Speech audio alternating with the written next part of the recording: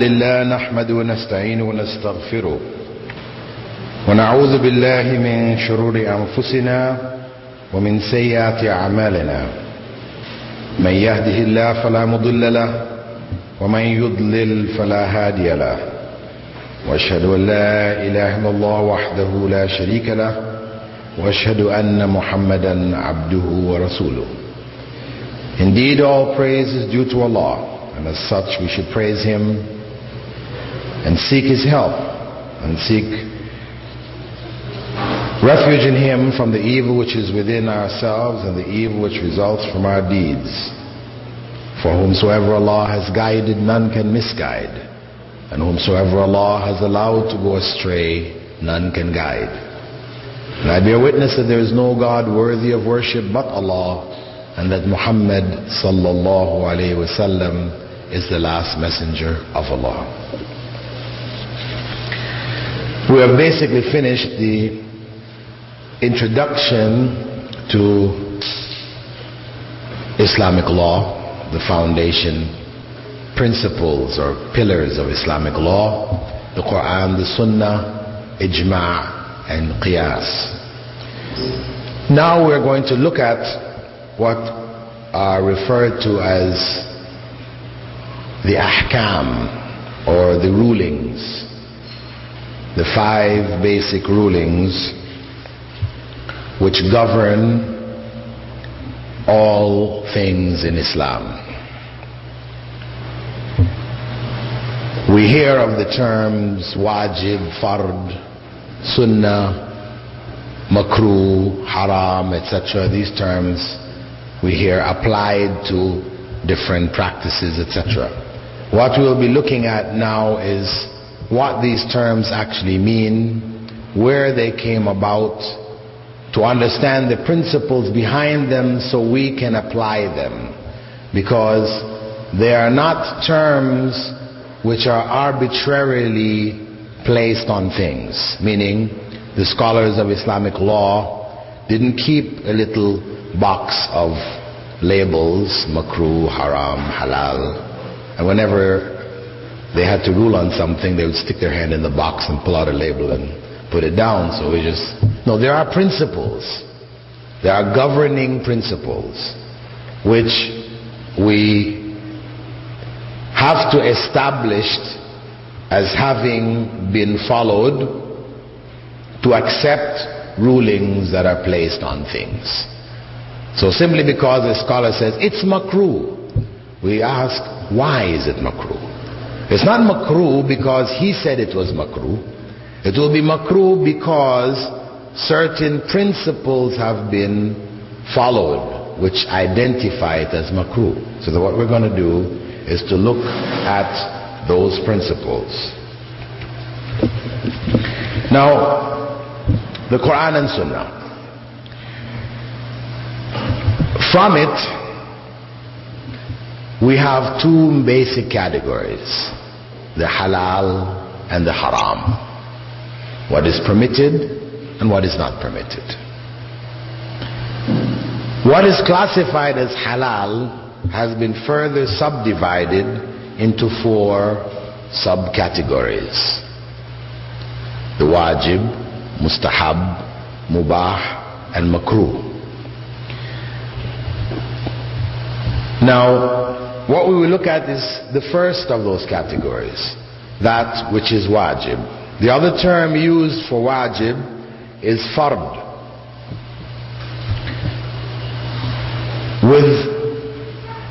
In most of the schools of Islamic law and amongst most of the scholars, there is no distinction between fard and wajib.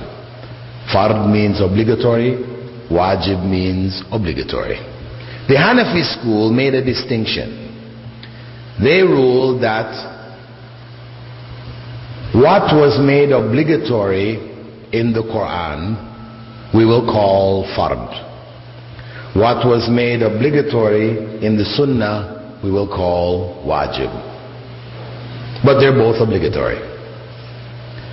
This is a semantic distinction, as I said, not recognized by the majority of scholars. Wajib, fard is one and the same. Because it doesn't matter whether it was made obligatory in the Quran or in the Sunnah. It means it's made obligatory by revelation. That's what matters. It is by revelation. And all of these categories basically are determined by revelation. Human reasoning or logic or opinion cannot make halal and haram. It is revelation which makes halal and haram for us. So, we go to our first category, wajib or fard. What this category means in practical terms, when we say something is obligatory, it means that you must do it. If you do not do it, you incur a sin. You have committed a sin. If you do it, you have earned for yourself a reward. That is wajib or fard. Now the question that comes after that is, how do we know when something is wajib or fard? Basically, we know when there is a command, an instruction. Do this. Do that. Now, we know at the same time that sometimes when people say do this, they don't mean it is obligatory. They just mean it's good for you to do it. They recommend you doing it. But they use the phrase do it as a command. So how do we know when a command implies obligation or when it implies recommendation? Which one is the asl or the base? Do we assume that everything in commands means recommendation, and then if evidence comes to show that the intent was obligation, then we say it's obligation? Or do we say that the foundation is that every command means obligation, and if evidence comes to the contrary, we now say it is recommendation? Which way to go? Well, we can go back to language. A command in language. Commands may be given on different levels. We have authorities and we have subjects. When a command is given by a subject to an authority, we call this a plea. Isn't it? When we say to God, help me, does it mean God must help you? Or you're begging him to help you? Right? It's a plea. So a command given by a subject to an authority is a plea. A command given by a subject to another subject is a recommendation. You're not in a position of authority to insist that this person must do it, so therefore all you can do is recommend. But when a command is given by an authority to a subject, that means you must do it. So, when we look at the concept of command, and of course what concepts are we looking at? We're looking at commands from the Quran and the Sunnah. This is authority. When a command comes from the Quran and Sunnah, it means that this particular act which is commanded is obligatory. This is how language functions. If this were not the case, those who want to argue that the command in its origin means recommendation, or that one would have to find out first, that would create chaos in society. If you are the head of your business, you are the principal of the school, you tell the secretary, do this. If the secretary stops for a minute and says, does he mean I have to do this? Or is it only recommendation from him for me to do this? Hey, you've got chaos. You cannot function. Your business will not function. Your school will not function. No. The school, the business, all these things function on the basis that when the boss says, do it, you've got to do it.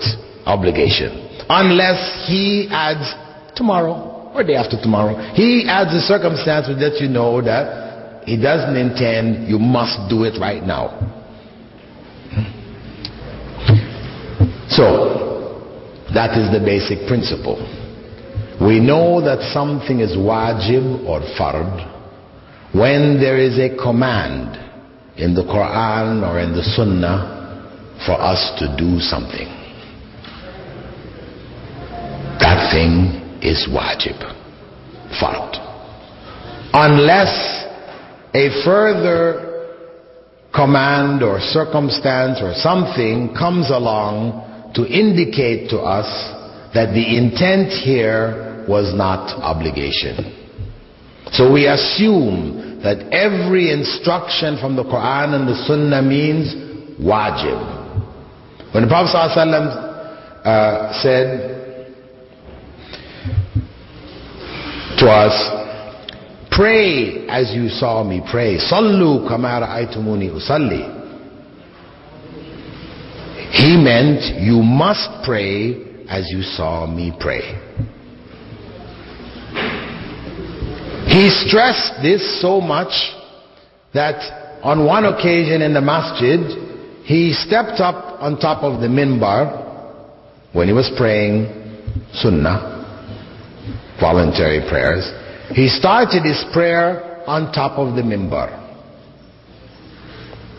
Everybody in the masjid was looking at the messenger. What is Rasulullah ﷺ doing?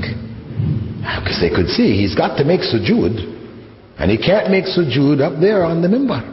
So they watched. He made his qiyam. When he finished, he went into ruku', came out of ruku', and then he stepped back down the minbar till he reached the ground, moved away from the base, and he made sujood. Sat up, made sujood, stood up, walked back up the minbar again. And he completed 2 units of prayer like that. And of course, all eyes in the masjid were glued on him. And when he finished, he turned to them and he said, I only did that so you would learn my way of prayer. Stressing, it is important to pray as the Prophet ﷺ prayed. Also, of course, this particular incident cancels the ruling which is found in the Hanafi madhab, that if a person makes 3 movements, their prayer is invalid. That just blows it out of the water, because the Prophet ﷺ made a bunch of movements. In fact, on another occasion he was praying inside of his home. Aisha came to the door, knocked on the door, and he walked to the door, opened the door, walked back, and continued his prayer. So those arguments about movements invalidating prayer are false, incorrect. But of course, these are necessary movements. And Islam does not encourage movement in general. In fact, the Prophet ﷺ, when observing a man making salah and playing with his beard whilst he's praying like this, he said, if his heart were at rest, his hands would be at rest. That this is indicative of the state of the heart. And of course, the state of the heart determines to what degree a person earns reward from their prayer. So, instructions from Rasulullah ﷺ or instructions from Allah are obligatory to be followed. And the principle behind these obligations, why did Allah make these things obligatory for us? Is it out of a need that Allah has that we do these things? No. It doesn't affect Allah whether we pray, whether we give zakah, whether we make hajj, we do the things He tells us to do or not. It doesn't affect Him. If we all do it, it doesn't make Him any better. If we all don't do it, it doesn't make Him any less. So He did not instruct us to do these things because He had a need. These things are there because we need it. We discussed earlier when we talked about the purpose of creation, why Allah prescribed worship, and we discussed that in some length. We don't need to go into it in too much detail here. Suffice to say that the reason behind the obligatory areas is that Allah is identifying for us essential acts that we need to do to succeed in this life and the next. Secondly, they train the believer in submission to Allah. They train the believer in submission to Allah. When they do what Allah tells them to do, they develop a sense of submitting their wills to Him, which again, alhamdulillah, which again is essential for success in this life and the next. It is essential as the foundation of righteousness. Submission is the foundation of true righteousness. Meaning a person may do a good deed, but they have not submitted with their hearts, then that good deed is not truly a righteous deed. It is a good act, but it is not righteousness. It is done for ulterior motives. Thirdly, the areas of obligation, they provide for the believer a framework for life. They provide a structure around which life is organized. There is system here. And we know the importance of system and structure. Because businesses, schools, society doesn't succeed, doesn't become a source of benefit unless there is structure, there is organization. So in the same way that we seek these systems and structures in our dunya, in our material life, we should recognize the need in our spiritual life also. The second category, known as sunnah or mustahab. The scholars of Islamic law, they prefer the term mustahab because sunnah can be confusing, but sunnah is still used and it is popular among people to say such and such an act is sunnah, meaning it is recommended. Mustahab in Arabic literally means recommended. Sunnah in Arabic literally means the way, a way.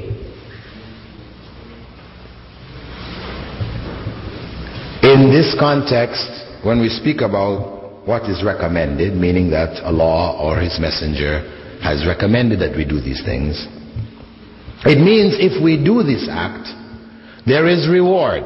Allah will give us a reward for it. But if we don't do this act, there is no sin. That is the recommended body of acts.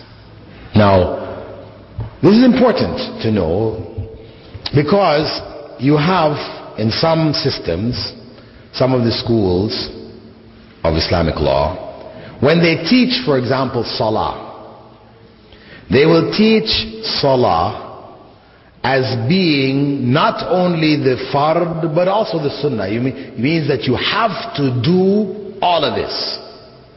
So, for example, as a question was raised to me yesterday, one of the sisters asked, the time for Salah of Fajr was almost running out. There was only enough time to do 2 rakat. Her common sense told her we better do the Fard. But everybody was saying, no, we must do the Sunnah. Because they were under the impression you cannot separate these two. And I also know amongst my students in the Emirates, some of them who were not praying from similar backgrounds, they were not praying on the basis that, to start to pray involves such a burden on themselves, right? Because in their system, their school that they were following, Isha is like 19 units of prayer. So that's how they learn Isha. It's like 19 rakat. So when I was talking about it, I said, Islam, it's just 4 rakat of Isha. I said, no. Isha is 19. I said, 19, no. Isha is 4 rakat. That is what is obligatory on you. If you do the others, this is additional reward. But if you only do your 4 for Isha, 3 for Maghrib, 4 for Asr, 4 for Dhuhr, 2 for Fajr, you have fulfilled your obligation. They were shocked. I said, yeah, we can do that. That was something they could see as realistic. They could start to make their prayers on that basis. But otherwise, what they were given was such, a weight that it discouraged them. This is the harm that comes. It discouraged them from even wanting to start. It was just too much. And in fact, those additional prayers are not obligations. You only have enough time for 2 rak'ah before sunrise. Do your fard. The sunnah can be done after sunrise. That is what is the obligation. You see people coming into the masjid who follow that school also. The iqamah has already begun and people are praying fard. They come in for fajr, they'll go aside and make their sunnah and then join. This is wrong. Prophet ﷺ said, when the iqamah is given, no other prayer is acceptable to Allah besides the obligatory prayer. That is wrong. You join the obligatory and you pray your sunnah afterwards. So, the mustahab recommended acts are those which have been recommended by Allah and His Messenger. Now, how do we know when something is recommended? Well, on one hand, it may be something, a religious act, which the Prophet ﷺ did regularly. He always used to do it. Which is not of the compulsory acts, but an additional act, because every compulsory act has similar recommended acts. Right? Every compulsory thing that we have to do in Islam, there is a voluntary version. And whenever we find the Prophet ﷺ doing a voluntary version regularly, then this we know from his practice to be something recommended.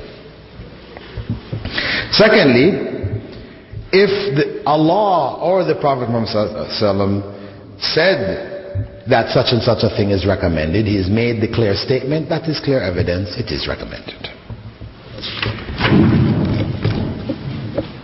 He may indicate that it is recommended by saying that if you do such and such an act, there is a reward for it, like fasting in Shawwal. He said, whoever fasts Ramadan and follows it up with 6 days from Shawwal, then he gets the reward of fasting the whole year. He gets the reward of fasting the whole year. That great reward for doing that additional act indicates to you it is a recommended act. Thirdly, if he commanded an act, he instructed that you must do this, and then later he stated that you don't actually have to do it, in such a case we know that that command is a recommendation and not an obligation. For example, Prophet ﷺ had said, غسل يوم الجمعة واجب على كل محتلم. Making a ghusl, taking a ghusl on Friday is compulsory on everyone who has reached puberty. So that indicated it is obligatory. And in fact, in the Meccan period, it was obligatory. It was obligatory. And the companions described, they said, when people came together for Jummah, because of the fact that they had just come into Islam, they weren't that familiar with this thing of bathing and all these other kinds of things, because they were coming from a society where water was scarce. When they gathered in the masjid, wearing their clothes that they've been wearing all year long, the smells and the things were just not very nice. So the Prophet ﷺ instructed them that bathing on Friday is compulsory for every one of you that has reached puberty. Later on, after they learned about wudu and how to make wudu regularly and making ghusl after, janaba and ghusl, for after menses and all these other things, people became familiar. It became part of the lifestyle to be cleaning oneself on a regular basis. Then he said, من اغتسل يوم الجمعة من توضأ يوم الجمعة فبها ونعمت. Whoever makes wudu on Yawm al-Jum'ah, it's a good thing. ومن اغتسل فالغسل أفضل. And whoever makes a ghusl, that is a complete bath, then the ghusl is better. So he has clarified here now that this is a recommendation. So when we find texts from the Quran where there seems to be an obvious command to do something, then we find another text where there seems to be a recommendation for doing something. We need to put these two texts together. We don't just say, I'm going to go with this one. Somebody takes the other one and say, I'm going to go with that one. So you have two different rulings. No. You put these two together. You have to work with the Sunnah as a whole. You have to first determine that the narrations are authentic. Because if one of them is not authentic, then you just drop it all right away and just go with the last one that's there. Finish. But if you confirm that both narrations are authentic, then you must work with both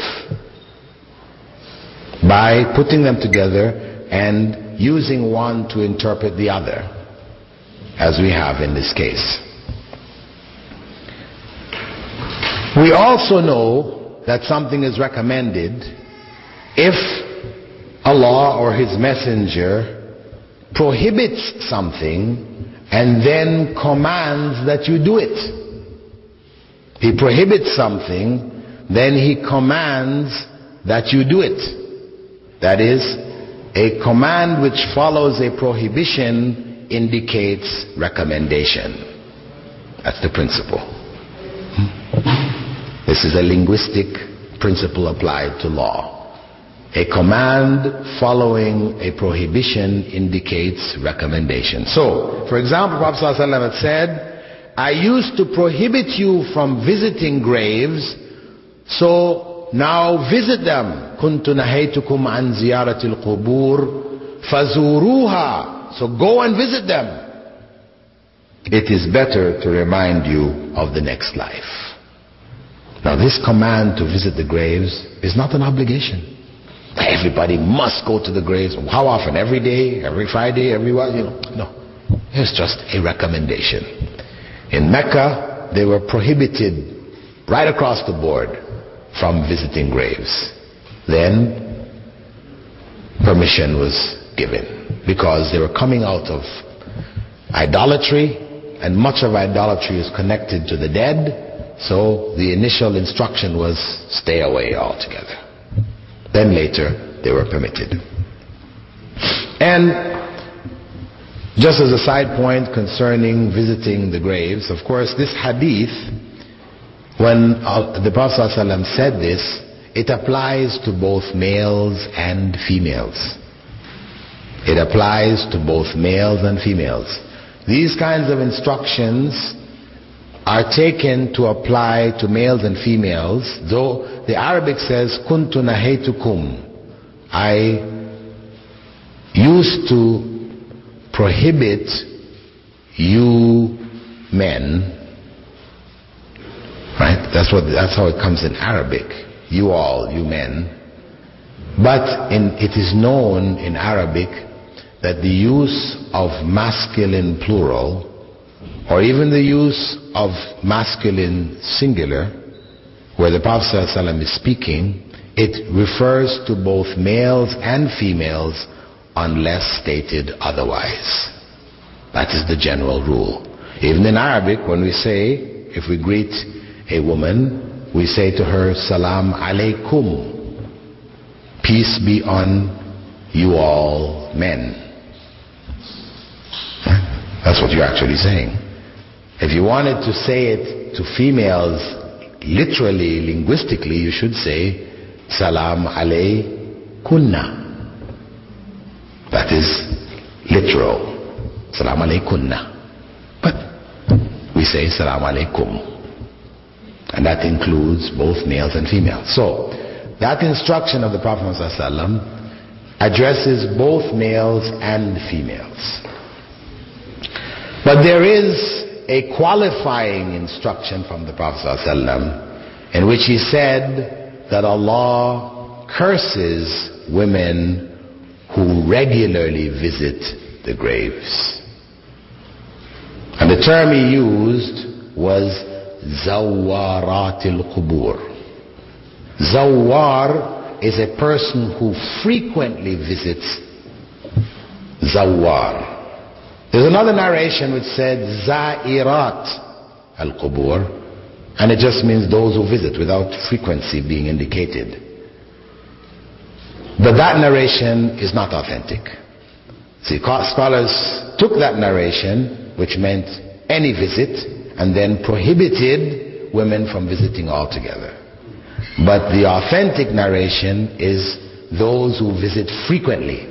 So women were prohibited from frequent visits because of their emotional makeup, their finely tuned emotional makeup, where regular visits to the grave becomes something burdensome, affects them to such a degree that they will end up wailing and screaming and all these kind of things. So visits on occasion are permissible, but regular visits are prohibited. So when we look now at the purpose behind the recommended areas of worship, we find that we get out of it a benefit that Allah has expanded the area of religious acts for us. Acts where we can earn for ourselves additional reward. Secondly, it trains us in obedience, thereby making obedience to the obligatory commands easier. Right? By us doing those things which are recommended, it makes that thing of submission to Allah easier to do the things which are obligatory.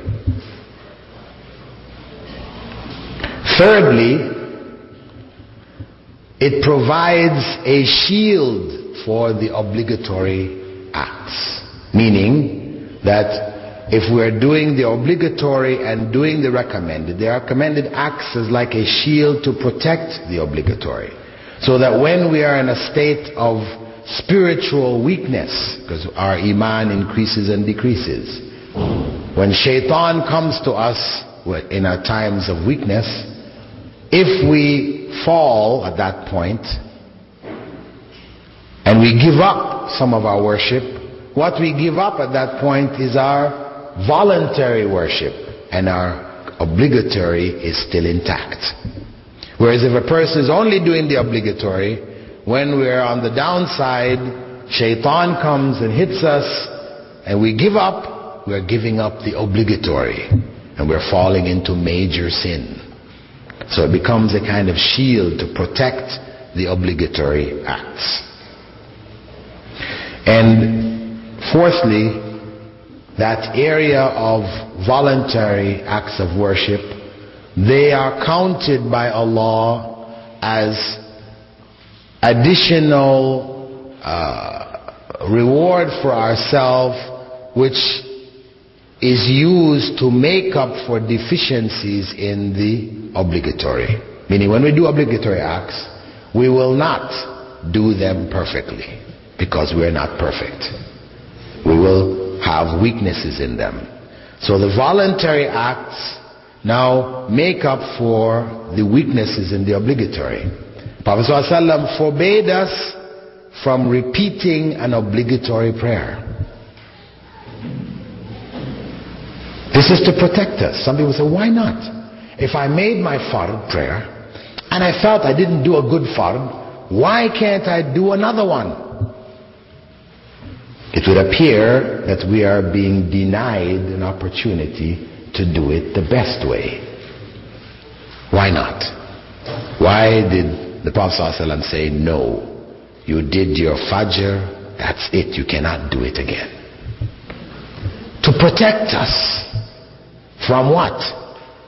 From the whisperings of Satan. From the whisperings of Satan. Because if you didn't have this instruction, you know what would happen?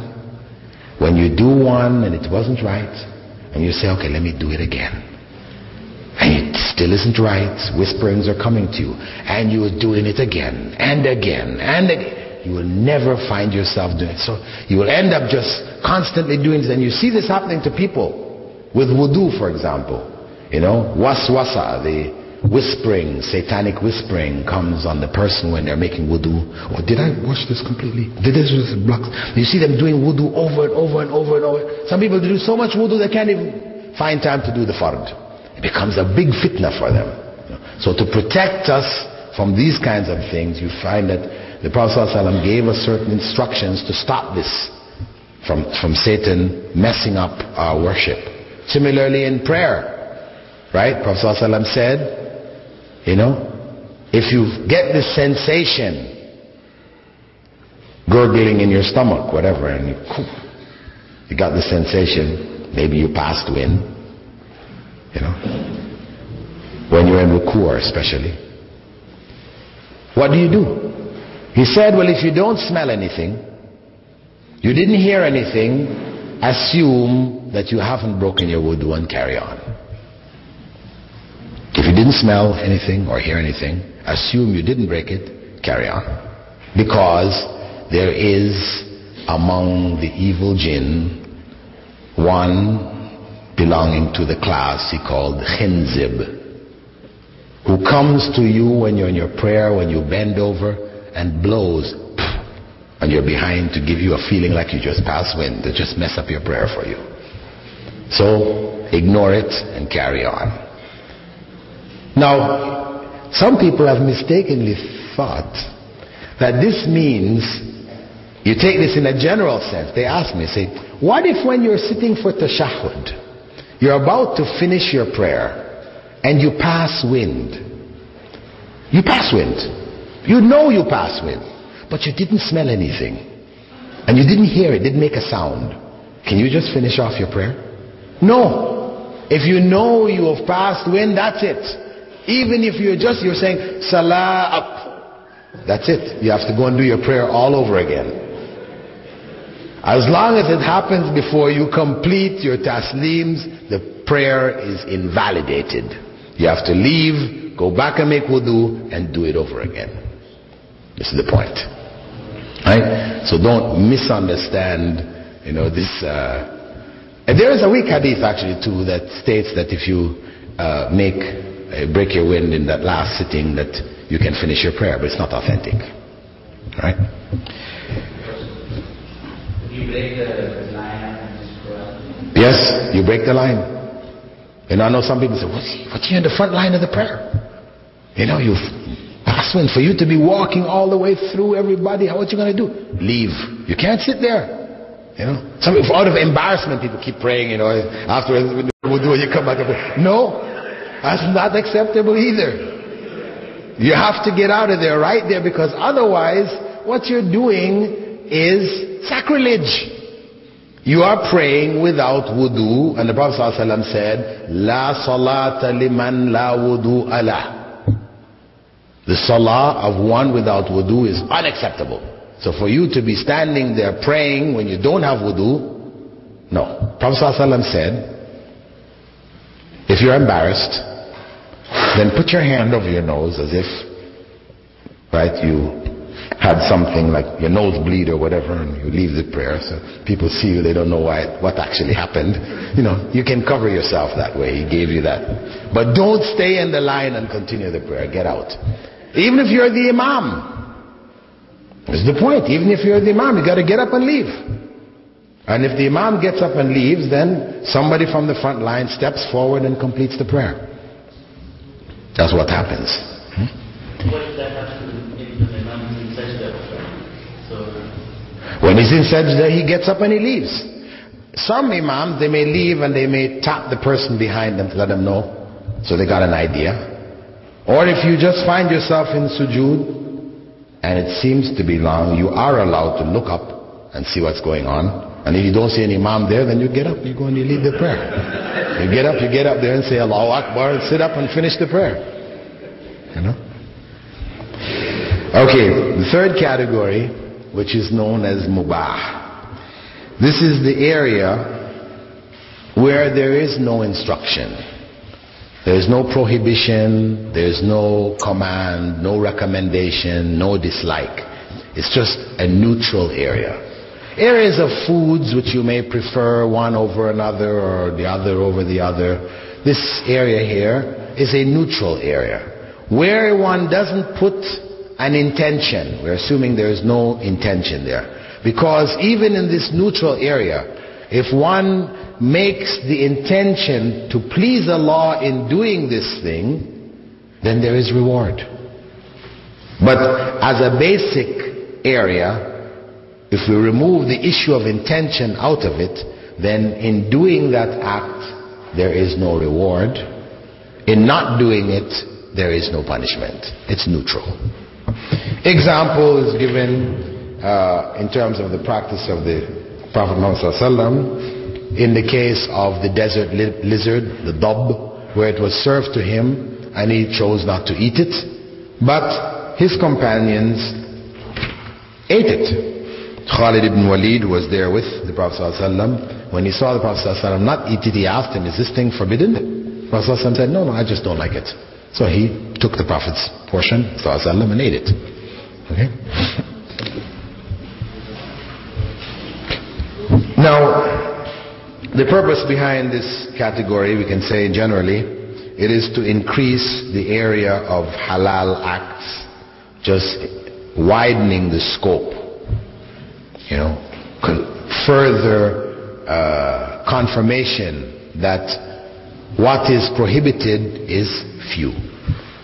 That the basic rule concerning non-religious acts, human interactions and practices, foods, dress, etc., the basic rule is that it is halal. It is from the halal. Either it's mubah, or it's mustahab, or it's wajib. Now, the fourth category is that of makruh. or disliked. And what is meant by it being disliked is that if a person avoids this particular act, they are rewarded for avoiding it. But if they do it, there is no sin on them. This is the opposite of, what is it the opposite of? Of mustahab. It is the opposite of mustahab. Mustahab, if you do it, you're rewarded. Makruh, if you don't do it, you're rewarded. Mustahab, if you don't do it, there's no sin. Makruh, if you do it, there's no sin. It's just exact opposite. Now, how do we know when something is makruh? We know when there has been associated with it something considered nasty or bad or disliked, obviously disliked. Where if you do this, it's like this. As the Prophet ﷺ had said concerning playing backgammon. And this I should mention here, in Sahih Muslim translation, it's mentioned there concerning one who plays chess. This is a mistranslation.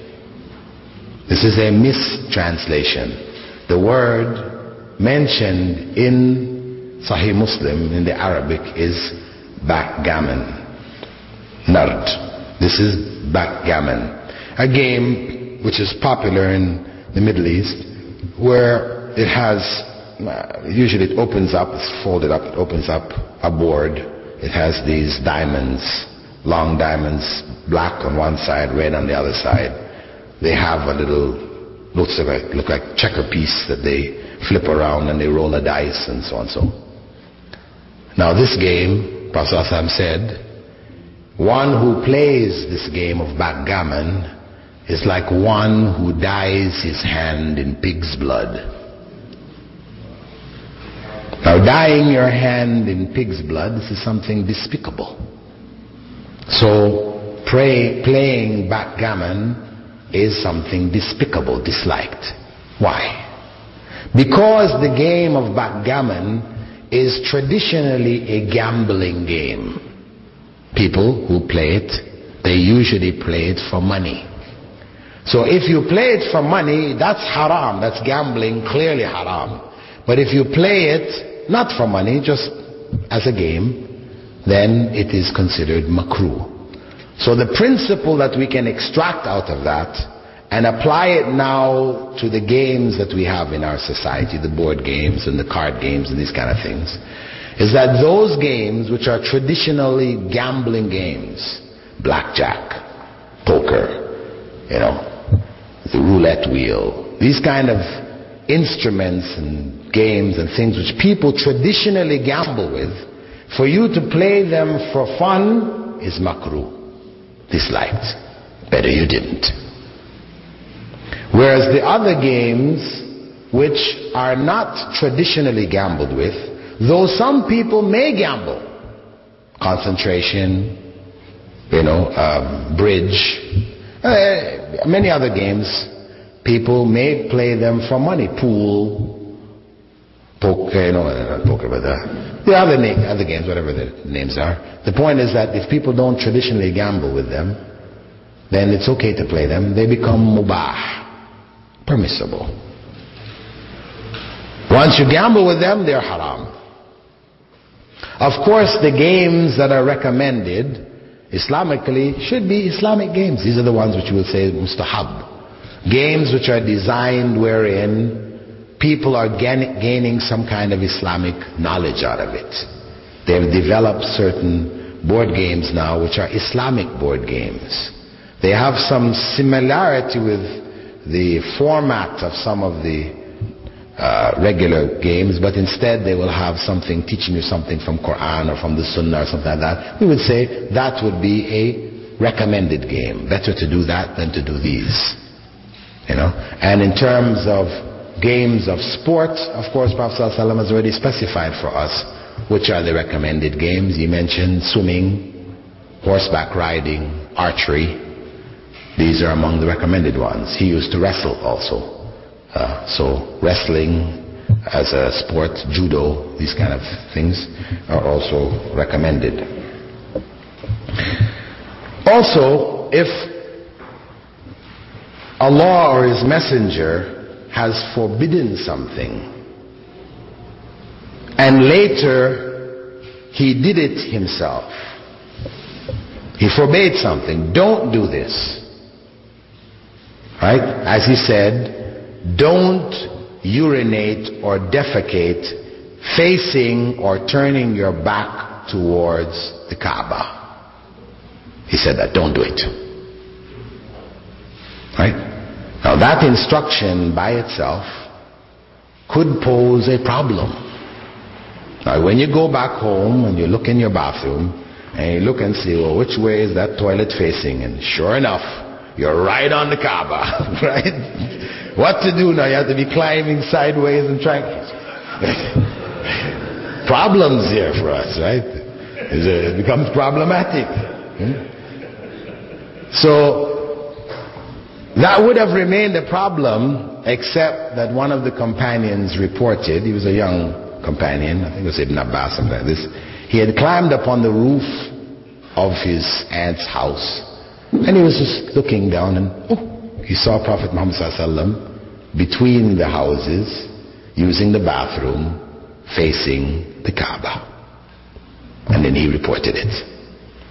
So from that, it was deduced that the prohibition is in open places.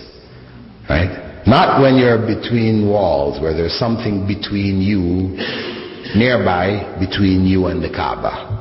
So where there's something between you, you're in a house, you're in the toilet, whatever, now it is not a problem. Similarly, Prophet Muhammad ﷺ had said, none of you should drink while standing. And if anyone forgets, he should vomit it up. Yep. This hadith is found in Sahih Muslim. You should not drink while standing. And if you catch yourself having forgotten, then you should run to the bathroom and vomit it up. However, Ali ibn Abi Talib, in the masjid of Kufa, after Asr, water was brought to him. He drank some, made wudu, and then he stood up and drank the rest of the water. And he said, some people dislike to drink water while standing, but the Prophet ﷺ did as I did. So it means on occasions the Prophet ﷺ did drink standing. But on the other hand, he said don't. So what do we do here? We have to put these two hadiths together. And what we extract from it is that it is strongly disliked that we do so standing. However, to do so on occasion where it is not convenient or whatever is permissible.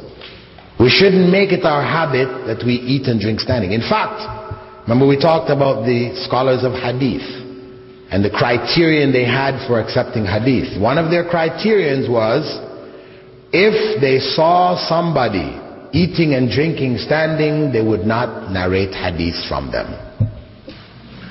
That person was considered to be of bad character. If that was their norm, not on occasion, but if they just saw him, every time they saw him, they're eating and drinking standing, they wouldn't narrate hadiths from them. So, as part of Islamic etiquette, we should train and teach our children to eat and drink sitting. But if the occasion is such that there is no place to said, don't get angry. A man came to the Prophet ﷺ and asked him, advise me, O Messenger of Allah. Give me advice. What is the best thing for me to do? He said, don't get angry. Another companion came to the Prophet ﷺ and asked him, advise me, O Messenger of Allah. What's the best thing for me to do? What's the best thing that a man should do? He said, pray on time. Another man came and he asked him, what's the best thing that a man should do, O Messenger of Allah? He said, be kind to your parents. You find the Prophet ﷺ saying different things to different people. Why? Because Allah would give him information about that individual. Not that the Prophet ﷺ knew the unseen, because it's ignorance. That he was able to look into people's hearts and know what was going on in their hearts.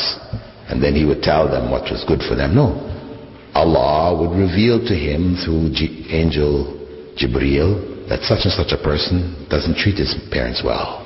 Such and such a person prays late. Such and such a person gets angry all the time. So Prophet ﷺ would give them the appropriate instruction which was appropriate for them. So he said, La taghdab, don't get angry. He said, if you find yourself angry when you're standing, sit down. And if you're still angry, lie down. But at the same time, when Usama ibn Zayd came and told him that he had killed a man during a battle in which the man had said La ilaha illallah, and he went ahead and killed him, and he told the Prophet ﷺ, because he had some doubt, the Prophet ﷺ got angry. When Muawiyah ibn al-Hakam had slapped his slave girl in her face, and he came and told the Prophet ﷺ what he did, the Prophet ﷺ got angry. So there are times when the Prophet ﷺ got angry. So we know that when he said, don't get angry, this was not an absolute prohibition, but a recommendation. And that's why he told that man, don't get angry, but he told another man, pray on time. Right? So there is a recommendation there in avoiding getting angry. Right? Controlling oneself. And he said that the strong individual, the truly strong individual, is not the champion wrestler. He is the one able to control himself or herself in a time of anger. That's the real strength. So he recommended this control of anger. And this is important because, coming from a Western perspective, we had been fed this idea of getting it off your chest. It's better if you're upset with somebody, rather than keeping this thing inside of you and it's just seething inside of you, you just let them have it and you feel better. And basically they promoted this is good. It's better for you. Rather than holding it inside yourself, you like explode at some point. Better to just let it all hang out, right? But later on, I remember seeing some reports I was reading about 2 years ago. I was reading an article when they explained that no, it isn't better. Actually, the studies have shown that those people who let it out, they burst vessels in their brain and all kinds of things happen to them, and it is not good for you to let it out. It's better for you to control it and overcome it. That's the better thing. And that's what Islam says. That's what Islam taught. Don't let it out. Control it. But some occasions it is permissible to get angry. When? As the Prophet ﷺ showed us. When it has to do with the deen. Not when your wife spills tea all over your brand new thobe. This is the time your blood vessels are bursting. No. It's not time. It's just, it's something from the dunya. MashaAllah. She didn't do it deliberately. Out of spite or something like that. It's accident. Unfortunately, I know a number of people who, from the West who married people from the East, Arabs and others. They would complain, every little thing we do, this guy is hitting us and all stuff. Because they would just, any little mistake is just like, and of course people do it also, even in the West. This thing of beating wives and wife beating is a tradition. Right? But in Islam, of course, we are instructed to control ourselves judge that thing properly, that incident, put it in its proper perspective, be responsible for our actions, know everything is recorded and we will be held accountable, and deal with the situation. One thing to point out here before going on to the haram is that makruh also trains us, avoiding the makruh also trains us in self-control, to avoid the things which are haram. Just as the mustahab trains us in doing good things, which makes doing the compulsory easier, avoiding the makruh helps us to deal with the haram. And it acts as a barrier between us and haram, just as mustahab acts as a barrier between us and the fard. That is, harming our fard, doing the haram.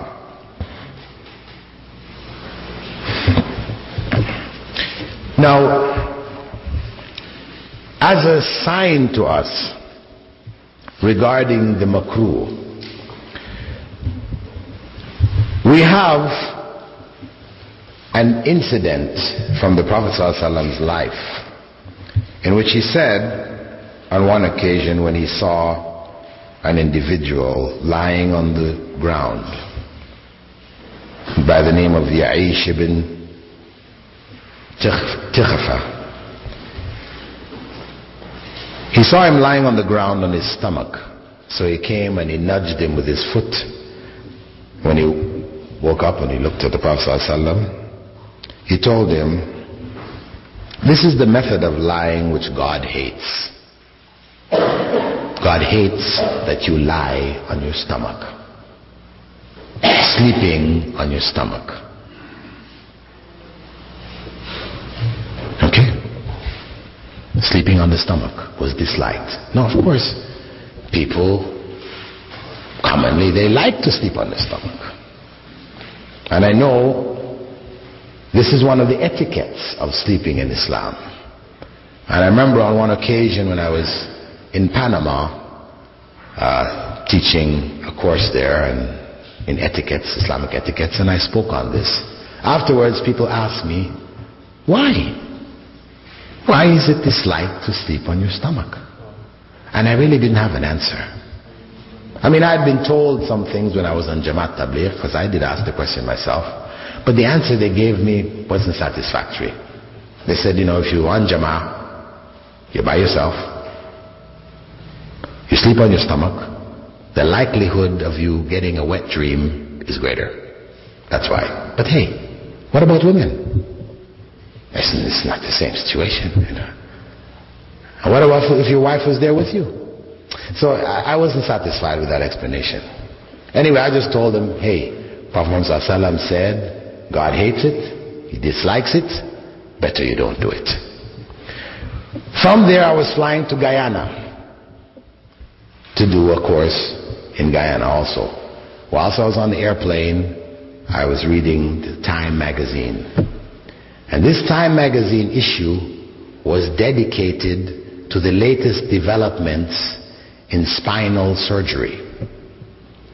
They were showing the latest medical hardware and how it dealt with the problems of slip discs and crushed discs and the different operations they were doing, and they showed pictures of people's back cut open and And at the end of it all, they had a list of doctors' recommendations to avoid spinal problems.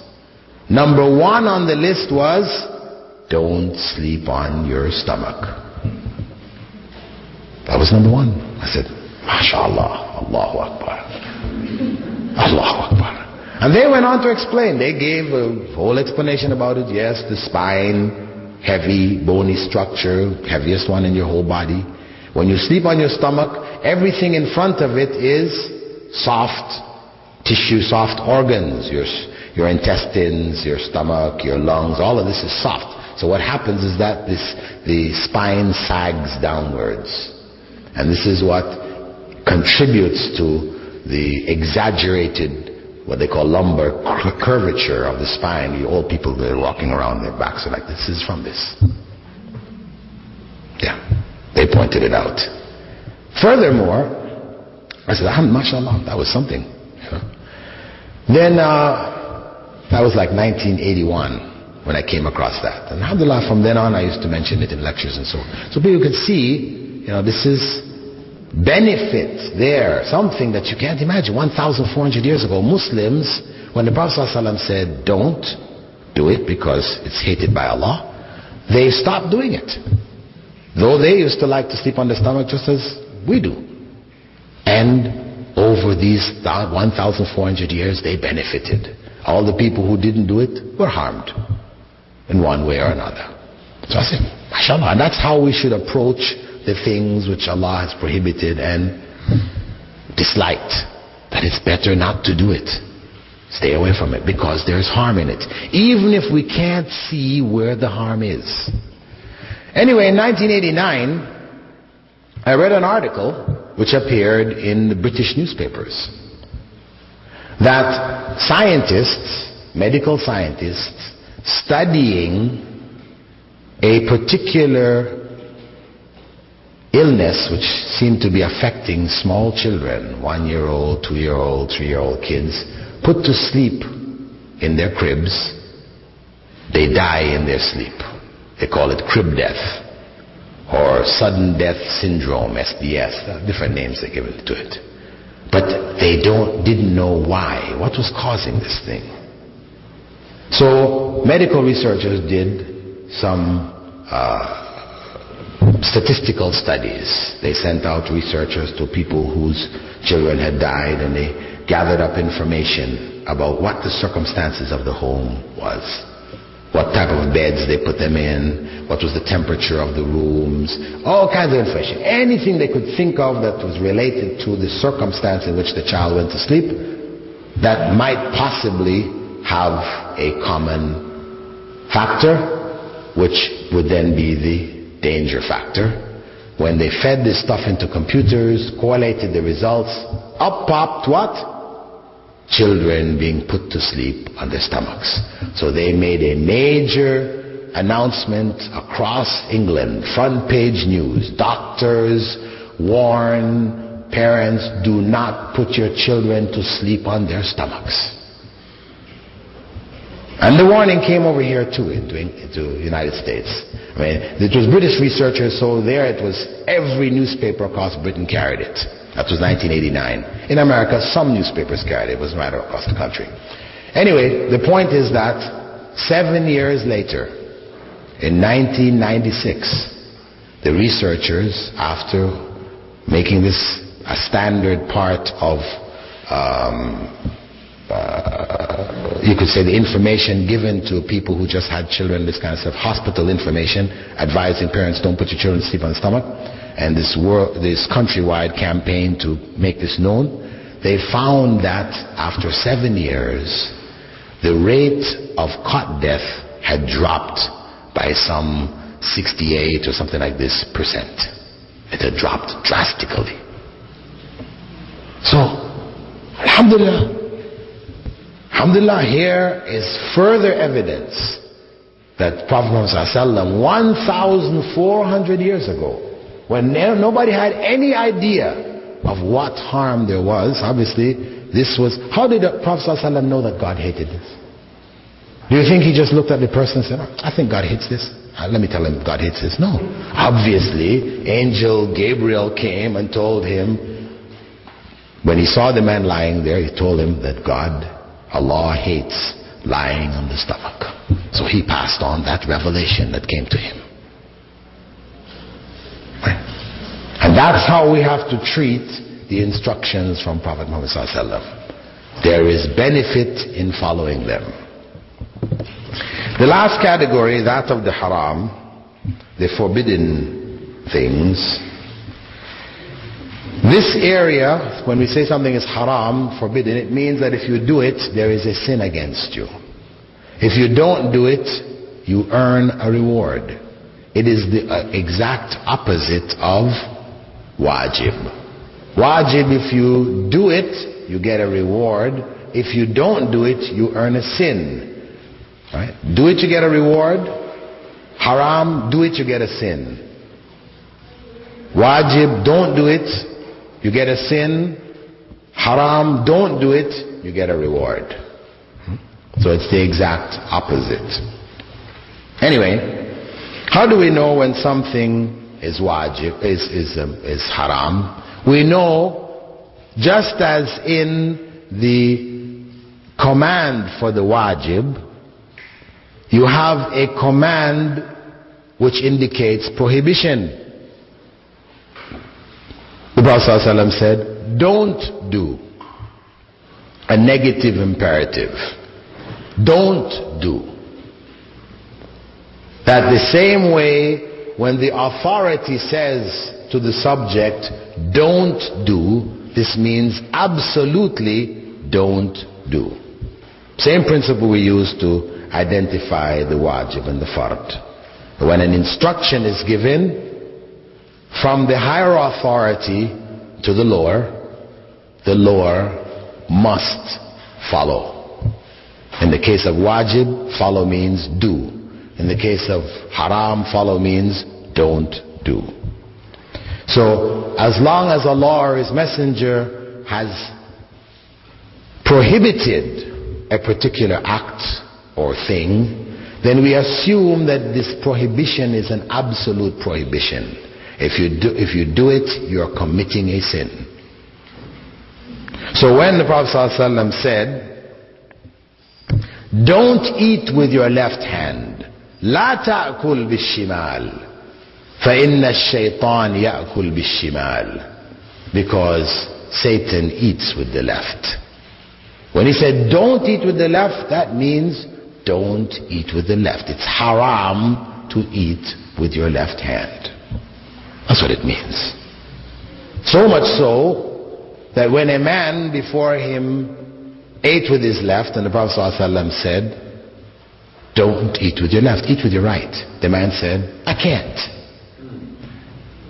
Not really he couldn't, he didn't want to. So the Prophet ﷺ said, perhaps you will not be able to. And his right hand shriveled up. Right? It was a miracle from Allah that the curse came on him immediately. He suffered from it. So it is something. Eating with the left is, or drinking with the left is prohibited. It's a common practice amongst Muslims when you sit down and eat, finish eating, right? You're eating with your hands. So your hands got grease or whatever. You're eating biryani and got some grease all over your hands. So you now have to drink. So what do? You have the glass in your left hand, you put your right hand underneath, and then you drink. It's a common practice, right? This is drinking with the left hand. The fact that you stick your hand down the bottom here doesn't change it now to drinking with your right hand. Because if you remove this hand, where's the glass? Still in your left hand. But now if you remove your left hand, where's the glass? Falling in your lap, right? So it's clear you are drinking with the left. Right? Very important point, because it's become a common practice, standard practice, but it's cultural and it's wrong Islamically. Put your hand on the glass and drink. So what? It gets greasy, it's going to be washed anyway. You know? Also, whenever, as we said from this, whenever Allah prohibits something, it means absolute prohibition unless stated otherwise. We should avoid such a thing absolutely. If Allah says in the Quran, or the Prophet ﷺ also says, that we should avoid a thing completely, that is evidence that it is haram. Just because he didn't say it's haram, but he said don't come near it. Hey, that is even stronger than just saying it's haram. Right? As in the case of alcohol, gambling, and fortune telling, where Allah in Surah Al-Ma'idah said, indeed gambling, alcohol, gambling, fortune telling are filth from the work of Satan, so avoid them totally in order to be successful. I should mention here as a point that the term filth, rijs, another term for it in Arabic is najas or najasa. Some scholars took from this that alcohol is najasa, that if najasa gets on you, your wudu is broken, you cannot pray with najasa on you. So they ruled that the use of cologne with alcohol in it was prohibited because it is najasa. However, this alcohol, mention of alcohol here, is mentioned along with gambling and fortune telling. Is gambling impurity? Physical? Meaning when you play with your poker cards, your wudu is broken? No, it's not. Nobody says this. Or you use a fortune telling device, your wudu is broken? No. So what was understood from this more correctly is that the filth that is mentioned here is spiritual filth, that it defiles one's iman. This is where the danger lies. So the use of alcohol in this regard is permissible in colognes, etc. And again, what we have to keep in mind is that cologne and the alcohol in cologne, is it drinking alcohol? People who drink cologne, what happens to them? They go blind, you know. So simply because it is chemically referred to as alcohol, we clarified before that what is intended here when we talk about the prohibition of alcohol is the drinking alcohol, the one from which you become intoxicated.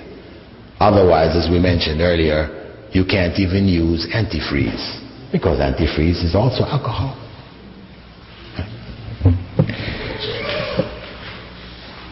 We can know that something is haram also, haram, absolutely, if we find in the instruction not to do it a punishment in the Sharia. If you do such and such a thing, you will be punished. Stealing, your hand is cut off. So it is haram. There are punishments in the Sharia for it. Anything where a punishment has been prescribed. But that punishment may be in this life or the next life. If hellfire is associated with this thing, then it means that it is also haram.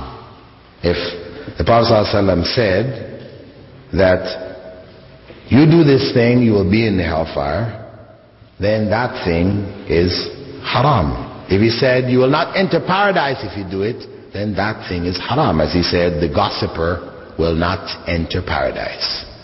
La yadkhulul jannah namam. A person who is always spreading gossip, always talking about other people all the time, every conversation, that's all they can talk about is people. Such a person, the Prophet ﷺ said, will not enter paradise. And there is a narration from Haritha ibn Wahab in which the Prophet ﷺ said, shall I inform you of the people of hell? And the companion said, yes. And the Prophet ﷺ said, every haughty, fat and proud person. Every haughty, fat and proud person. So people who get fat from overeating, this is something haram in Islam. And if you're fat because you've got a glandular problem, that's another thing. And in one of the signs you can find Sahih Bukhari, Prophet ﷺ said, among the signs of the last day is that there would appear among my ummah fat people. يَظْهَرْ فِيهِ مُسِّمًا. That this was not a characteristic, a physical characteristic of the true believers. They control their eating habits. As the Prophet ﷺ said, the worst thing that a human being can fill is his or her stomach. The worst thing. We should eat without filling ourselves. Eat without feeling complete satisfaction, meaning you can't eat anymore. This is one of the areas which unfortunately many of us, I'm not excluding myself, fall short. So we need to reflect on this one. Anyway, where there is a curse of Allah or the curse of the Prophet Muhammad, this is also indicative of a thing being haram. As in the hadith of Abu Hurairah, in which the Prophet said, Allah's messenger cursed men who dressed like women and women who dressed like men. And Aisha, on one occasion, saw a woman wearing men's sandals, and she said, Allah's messenger cursed mannish women. So this thing of distinguishing between males and females in Islam is a very strong thing. What is known to be the symbols of masculinity, etc., these things Islam insists upon. This is why you can find the command to grow your beards, because this is among the characteristics of the men. Being clean-faced is among the characteristics of the women. So he instructed, grow your beards. This is part of it's an aspect. Of course, it's also distinguishing ourselves from the Jews and pagans, because he said grow the beard and trim the mustaches to distinguish ourselves from them. I should mention also here the instruction when Prophet ﷺ said, what is below the ankle of male garments is in the hellfire. This is telling us that wearing our garments below the ankle is haram. It's associated with the hellfire. Some people say, well, it's just the part of your pants which is below the the garment is in the hellfire. Just that part below. Hey, you are in the hellfire with it. Don't think it's just the cuff of your pants is going in the hellfire. It's you and the cuff will end up in the hellfire. So let us not consider this thing to be small. It's a minor. Prophet ﷺ said, Iyakum wa muhaqqaratiz dhunub. Beware of the scorned sins, scorned minor sins. These sins we say, it's a small sin. Beware of the scorned sins, because they are like a people who come into a valley and they need to cook. And they go to different parts of the valley, everybody brings a stick, small stick, they put it together and they have a bonfire.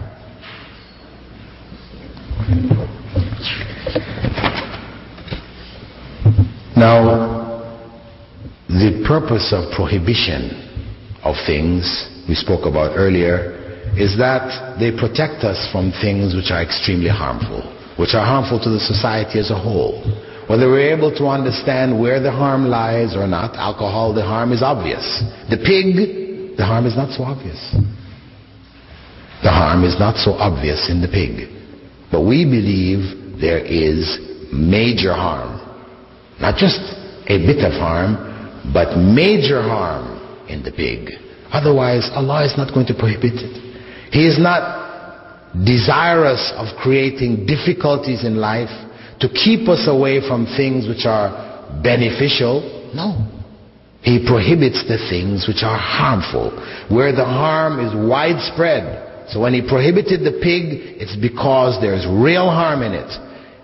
Not just the trichinosis that we have discovered, or the fact that the pig has a lot of fat and the body cannot break down pig fat, though it can break down cow fat and sheep fat and the others, but the pig fat, we don't have the enzymes to break it down to its lowest components, so it is redeposited in our system, in our blood vessels and things like this, and doctors recommend to stay from it if you have, problems with clogging of the arteries, all these type of things. We can see all that, but, people can always say to you, what if we raise a hygienic pig? No trichinosis. And a lean pig, we don't feed him any stuff that's going to make him fat. He's just bones and muscle. Are you going to eat him now? No. Still don't eat him. Yeah. So those things we have found, let us not assume that that is it. No. There is harm. Some of the scholars of the past pointed out that perhaps the harm had to do with the nature of the pig. When we look at the animals that are prohibited to us to eat, from eating, we see that in general there are animals which are carnivores. The carnivores, the lion, the tiger, birds of prey that kill with the claw, the hawk, the eagle, the osprey, they are prohibited to us. Alligators, etc. The sea is different. Animals which are sea animals, because the shark is a predator also, but we can eat it. Big fish eat small fish, but we can eat them. So the ruling concerning the sea is different from the ruling for the land animals, right? These are the land animals, the birds. These are the forbidden animals. Perhaps this has to do with the nature of these animals. That their nature is a violent nature. When you observe the cow and the sheep and the goats, when they eat their vegetable matter, very chewing the cud, this is just calm type animals. But then if you've ever seen National Geographic where they're showing the tigers and the lions hunting the animals and how they just get out there, they tear this thing apart, the claws and teeth and blood, and you say, wow, very vicious.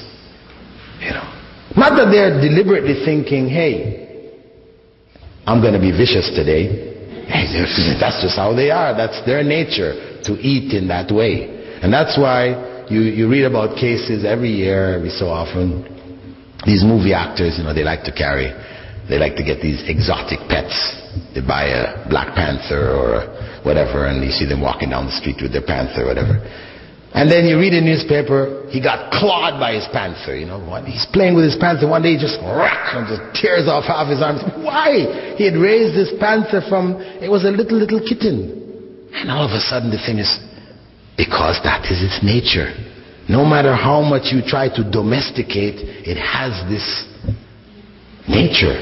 Similarly, for the lion tamers, this is a very high-paid profession.